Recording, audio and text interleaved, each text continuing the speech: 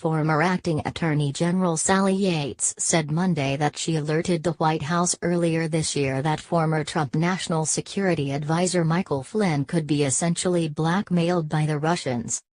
"We believed that General Flynn was compromised with respect to the Russians," Yates told a Senate Judiciary Subcommittee, in a high-profile hearing on Russian meddling into the U.S. election.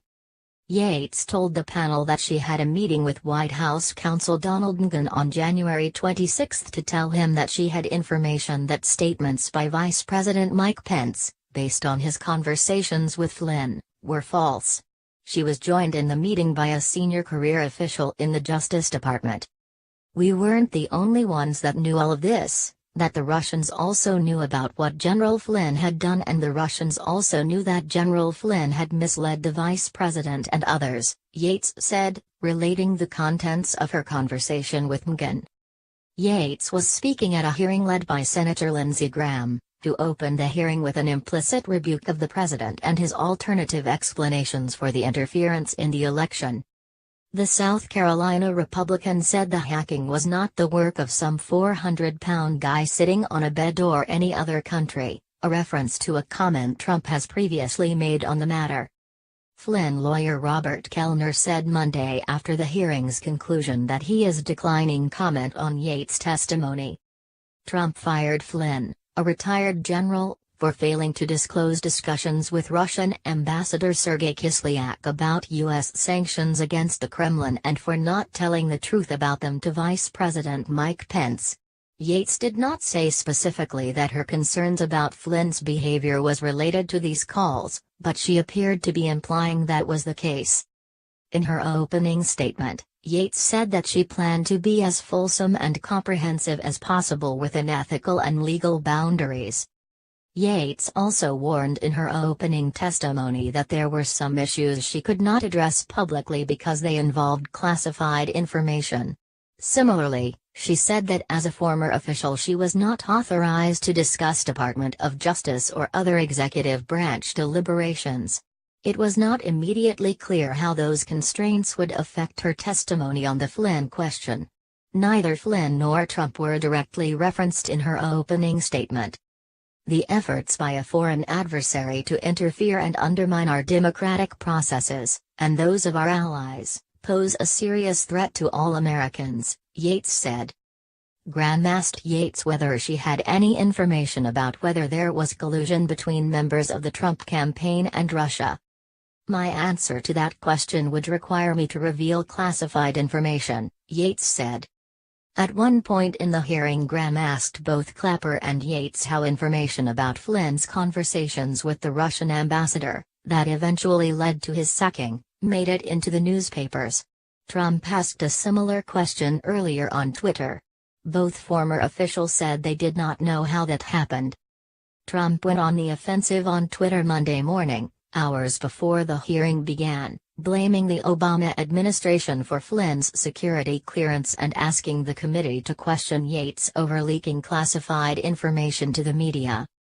General Flynn was given the highest security clearance by the Obama administration, but the fake news seldom likes talking about that, Trump wrote, adding later, "Ask Sally Yates, under oath, if she knows how classified information got into the newspapers soon after she explained it to WH counsel."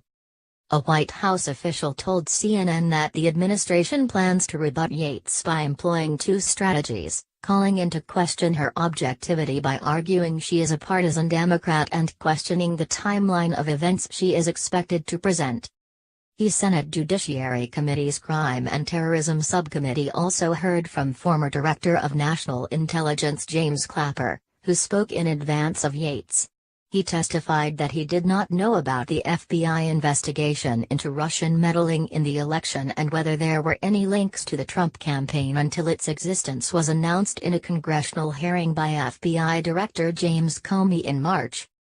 "During my tenure as DNI, it was my practice to defer to the FBI Director, both former FBI Director Robert Mueller and Director Comey, on whether, when, and to what extent they would inform me about such investigations," Clapper said. Trump hailed Clapper's comments and said they backed his claim that there was no evidence to support allegations of collusion between his campaign and the Russian government. Director Clapper reiterated what everybody, including the fake media, already knows: there is no evidence of collusion with Russia and Trump, Trump said in the first of a series of tweets after the hearing. Likewise, a White House official drew attention to Clapper's comments and added, "Remember, the bottom line with the Russia stuff is the question of collusion during the campaign." Clapper issued a clarion call for vigilance over Russian election interference before it further eroded U.S. democracy. "They must be congratulating themselves for having exceeded their wildest expectations," he said. "They are now emboldened to continue such activities in the future, both here and around the world, and to do so even more intensely." Graham, the leader of Monday's hearing, also invited former President Barack Obama's national security advisor, Susan Rice, to testify with Yates and Clapper, but she rejected the invitation through her lawyer, noting the last-minute timing of the invitation. A source familiar with Rice's discussions told CNN that when Graham invited her, Rice believed it was a bipartisan overture and was prepared to accept. However, ranking Democrat Sheldon Whitehouse indicated to her that the invitation was made without his agreement, as he believed her presence was not relevant to the topic of the hearing, according to the source. Of the 4 former Trump campaign aides at the center of the Capitol Hill's Russia probes, including former campaign chairman Paul Manafort, former foreign policy advisor Carter Page and former campaign advisor Roger Stone, Flynn has generated the most heat following a steady stream of revelations. Investigators on the House Oversight Committee raised the possibility last month that Flynn may have broken the law by not disclosing payments from RT-TV, widely considered by U.S. officials to be a propaganda arm of the Russian government, on his 2016 national security clearance form. Flynn's lawyer at the time argued that Flynn had been open about his speech to RT-TV, including briefing the Defense Intelligence Agency on his trip. Yates' appearance itself had been fraught with drama ever since House Intelligence Chairman Devin Nunes delayed her House hearing at the last minute, as part of a chaotic 3-week stretch that saw the House Russia investigation almost fall apart and Nunes become the subject of a House ethics probe. The Washington Post reported at the time that the White House had blocked Yates by asserting executive privilege, which allows the president to stop a former aide from testifying. White House Press Secretary Sean Spicer vehemently denied the reports at the time and said that the White House actively supports Yates testifying in public. A White House official said last week that the administration still wants Yates to testify in public and reaffirmed Spicer's comments. Graham and White House also said they heard of no effort to stop her from coming before them.